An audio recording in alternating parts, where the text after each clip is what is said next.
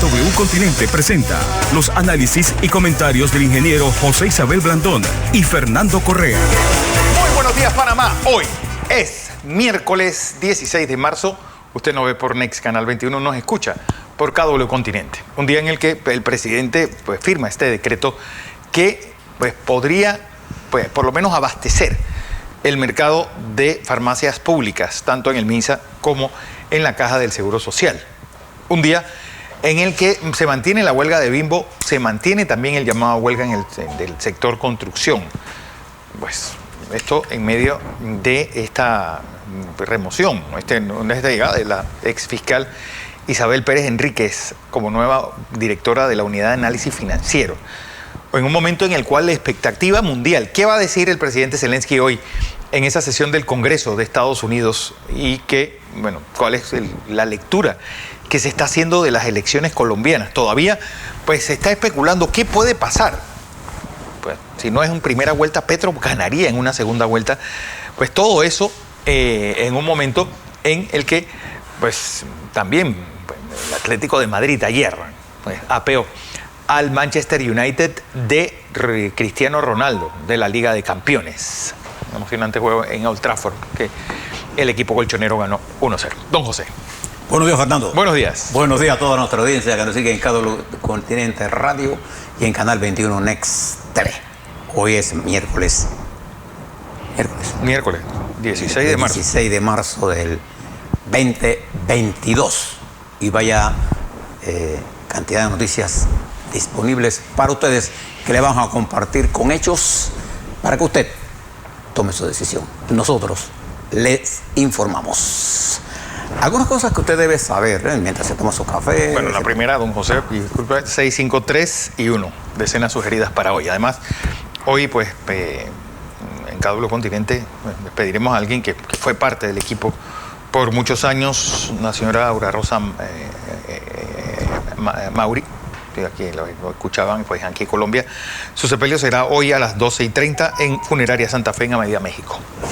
Sí, y lo primero, mientras usted se toma su café, prepara, ya la mayoría de la gente que ya muchacho ya está en camino, nos está escuchando por radio en KW Continente. Le vamos a mantener informado de las cosas que están ocurriendo. Le voy a dar algunas primicias aquí para que usted las tenga en sus manos. Y después vamos a desarrollar algunas de ellas. En primer lugar, Sergei Lavrov. ¿Sabes quién es? El ex ministro de Relaciones Exteriores de Rusia. De Rusia. Oiga cómo está sonando este celular. Él es el primer ministro, el ministro de Relaciones Exteriores. Es uno de los sancionados, uno de los que han hecho super riquezas en el gobierno del señor Vladimir Putin. Bueno, ayer dijo que están cerca, Ucrania y Rusia, de un acuerdo de seguridad. ¿Será cierto? Bueno, lo vamos a ver hoy. Insisten en que hay una renuncia ya, me parece que va a ser oficial, de Ucrania de pertenecer a la OTAN. Bueno, parece que las en cosas primer pueden lugar, ir por ahí. Ucrania solicitó y la Unión Europea nunca, a la OTAN nunca aceptó. A Ucrania. No había un proceso. Estos son inventos para esta guerra. Pero bueno, dice esto Lavrov. Habrá nuevas discusiones mientras se desarrolla la guerra. Quiero decirles que quiero enfatizar que ayer 3 primeros ministros estuvieron en Kiev. Llegaron por tren el martes en la noche y salieron ya de Kiev. Y no usaron avión para que no creara una provocación más seria y usted se imagina que hubieran tumbado ese avión donde iban esos 3 primeros ministros. Hubiera sido la guerra ya por ahí mismo. Bueno, ellos hablaron en Kiev, transmitido al mundo, y expresaron los 3 primeros ministros de Polonia, la República Checa y Eslovenia su solidaridad. Eslovaquia creo que era, no era Eslovenia, era Eslovaquia. Eslovaquia, tiene toda la razón. Su solidaridad con Ucrania, el noble y heroico, así le llaman, pueblo de Ucrania, le rendieron tributo, conversaron sobre apoyo tanto a la migración como apoyo a Ucrania y apoyo logístico a Ucrania. Eso se celebró en Kiev. Una arriesgada reunión.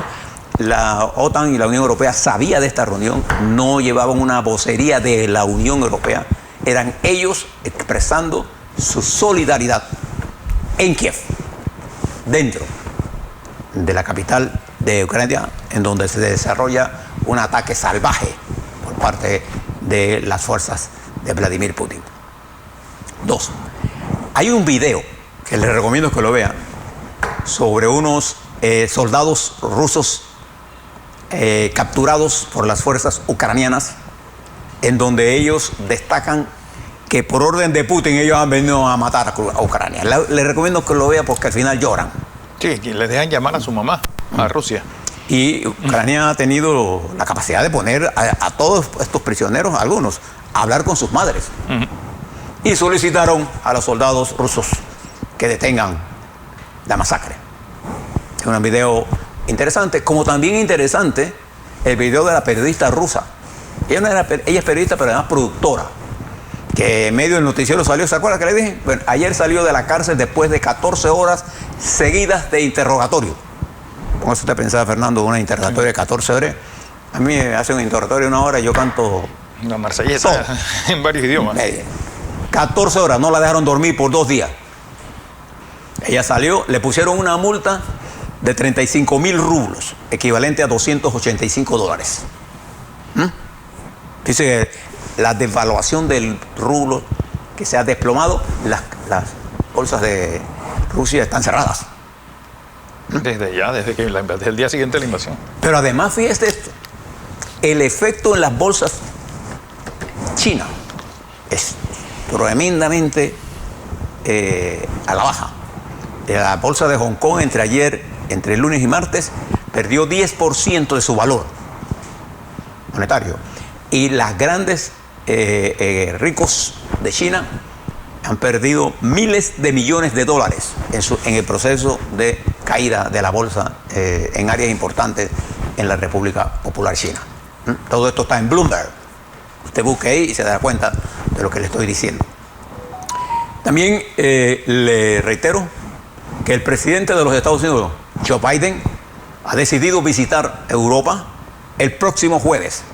No el de la próxima semana. Estará en Bruselas, reunidos con los dirigentes de la OTAN, su Estado Mayor, con el Estado Mayor de la OTAN, y se reunirá con los líderes europeos para expresar su solidaridad a Europa, su compromiso de la defensa del territorio de la OTAN y su solidaridad con Ucrania. ¿Qué le parece?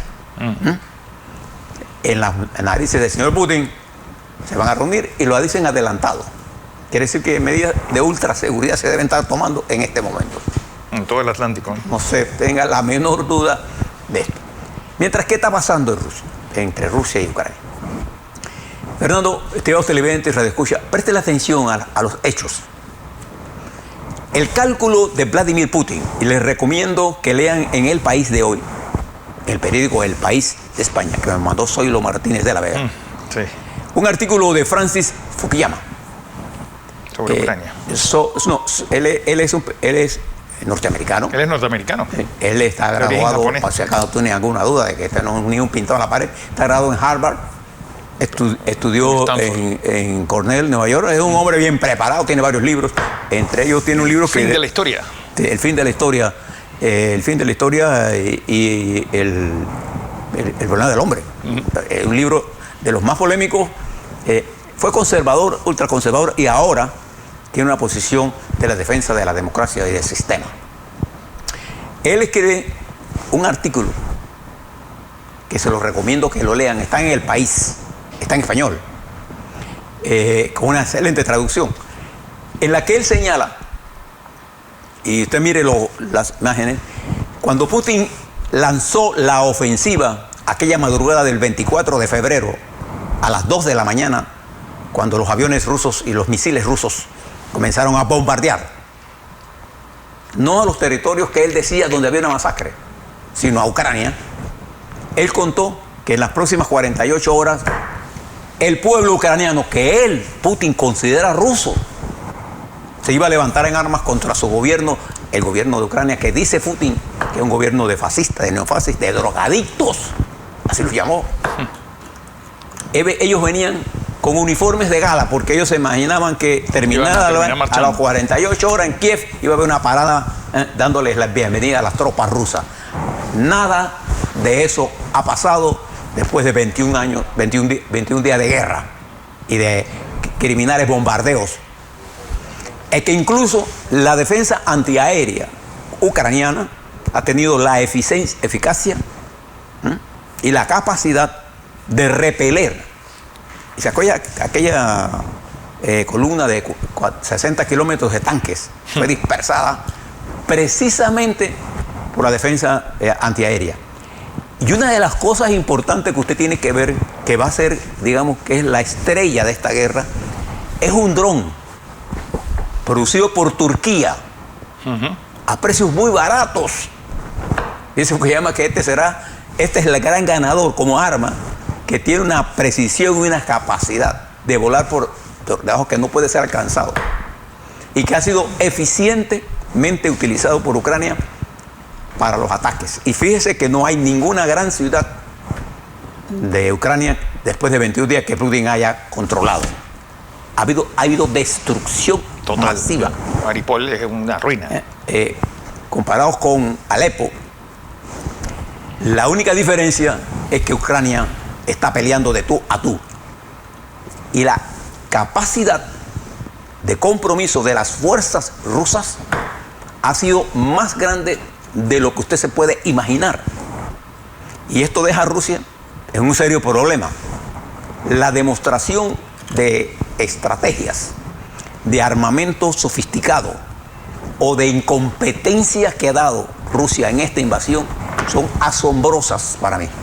Y habla del ejemplo que China se vea en ese espejo, es decir, no vale la pena tecnología si no hay experiencia. Sí. Y el ejército ruso no tiene el adiestramiento de las cosas que Putin siempre ha hablado, aviones supersónicos. Bien, estas cosas tómenlas en consideración y mire si ha habido manifestaciones en contra de Zelensky, el actual presidente, que era un cómico. Sí, era un cómico. Bueno, era un actor que hacía comedia también, ¿no? Pero además es un hombre que se ha crecido y que la guerra, porque hay múltiples guerras desarrollándose en Ucrania, la guerra de comunicaciones está en manos de los ucranianos a favor de ellos. Ayer, en Canadá, de pie, recibió Zelensky una ovación y el pueblo ucraniano. Hoy estará en comunicación con el Senado y la Cámara de Representantes, es decir, con el Congreso norteamericano, que lo va a escuchar hoy, en la mañana de hoy, en algún momento de hora de los Estados Unidos, estará en comunicación con ellos. Fíjese cómo esta guerra, y Putin tampoco se imaginó que esa Europa dividida, blandengue, que él hablaba, iba a reaccionar con puño tan contundente, firme, y que lo ha puesto a ser un paria de la humanidad. Leía, Fernando, y estemos televidentes, un largo artículo de una serie que lleva la estrella de Panamá, de un joven panameño, Eduardo Tapiero. Eddie Tapiero. Creo que es un esfuerzo que él hace para presentar el tema.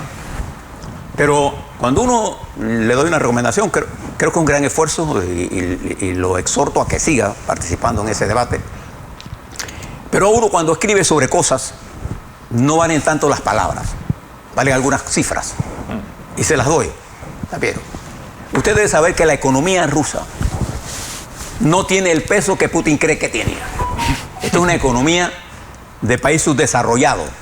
Es la 11ª o 12ª economía del mundo, pero con un nivel de pobreza y pobreza extrema extraordinario. Es un ingreso per cápita menor que el de Panamá. En donde una gran cantidad de oligarcas que se quedaron con las empresas que Putin les dio y que tienen que darle a Putin y a su entorno, ha hecho los oligarcas más sobresalientes de la humanidad. Gente que tiene Ya desde 1.000 millones. De 1.000 millones de dólares, 100, imagínense 120 ustedes, 1.000 millones de dólares. En Barcelona capturaron uno de 130 millones, en donde, ¿cómo se llama la muchacha esta que canta americana? Jennifer López y su Affleck pasaron unos días. Tiene helipuerto, tiene 3 pisos, tiene jacuzzi, se alquila. Esos hombres que tienen esa cantidad de dinero no se producen en una economía que no sea concentrada. Rusia es un mono exportador de gas y de petróleo. 155.000 millones de dólares exportan eso. Entonces, si usted compara a Rusia con China, la diferencia es enorme. Y si usted compara ambos con los Estados Unidos, el desarrollo de los Estados Unidos como economía es enorme. Estados Unidos sigue siendo la principal economía del mundo y la principal fuerza militar del mundo. No hay duda. No tengan la menor duda de eso.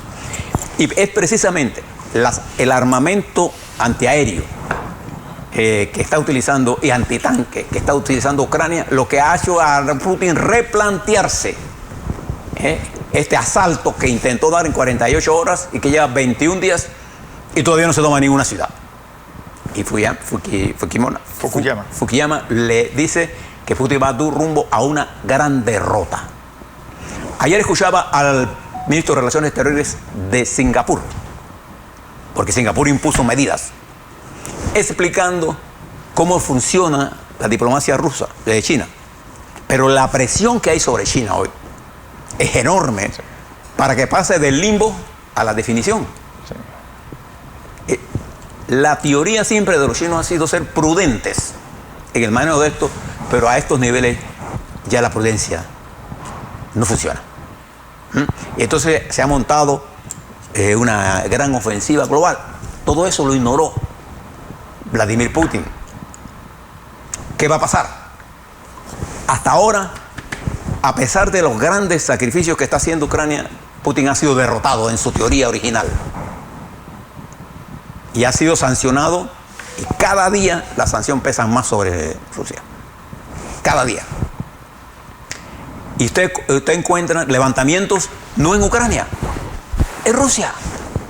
Es Rusia la que se está movilizando contra la guerra, contra Putin.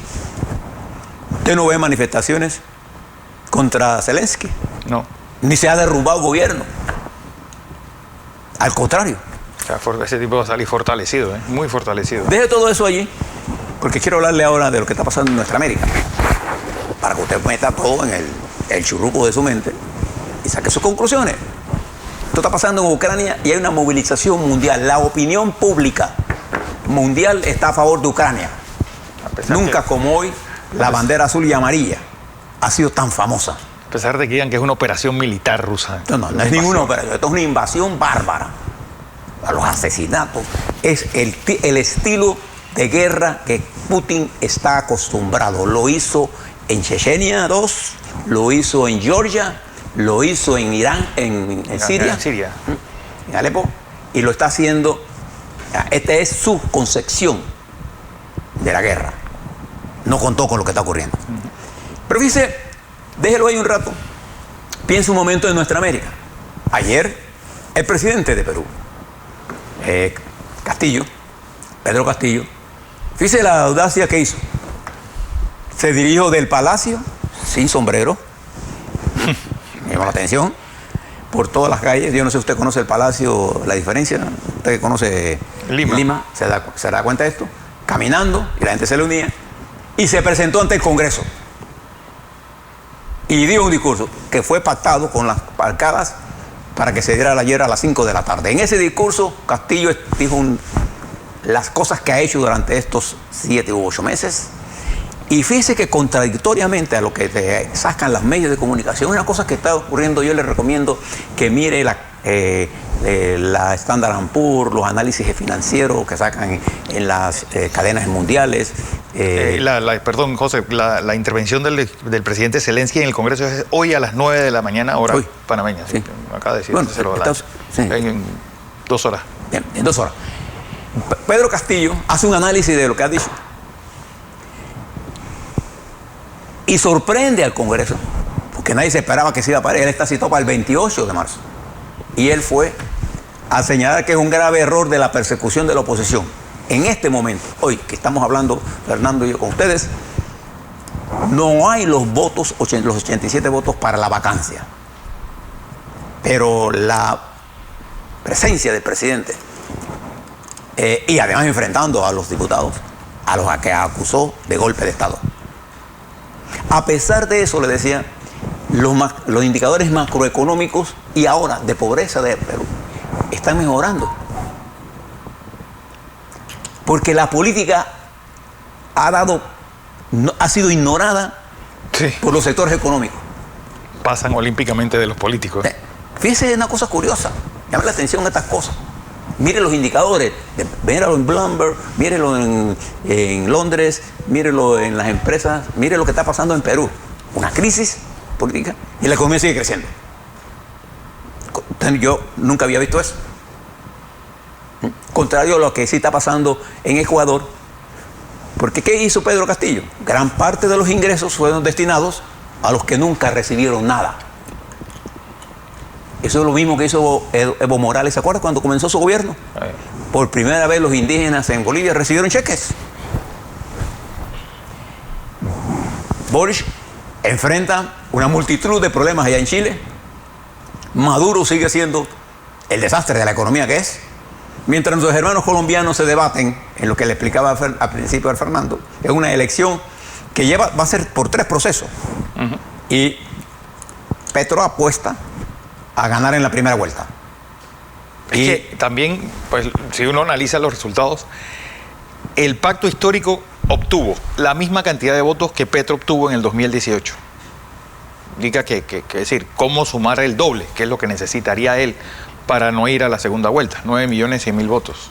Me escribe una persona, me dice que el oligarca que le quitaron el barco de 130 millones allá en Barcelona. Barcelona es un ex agente de la KGB, Sergei Chernovov.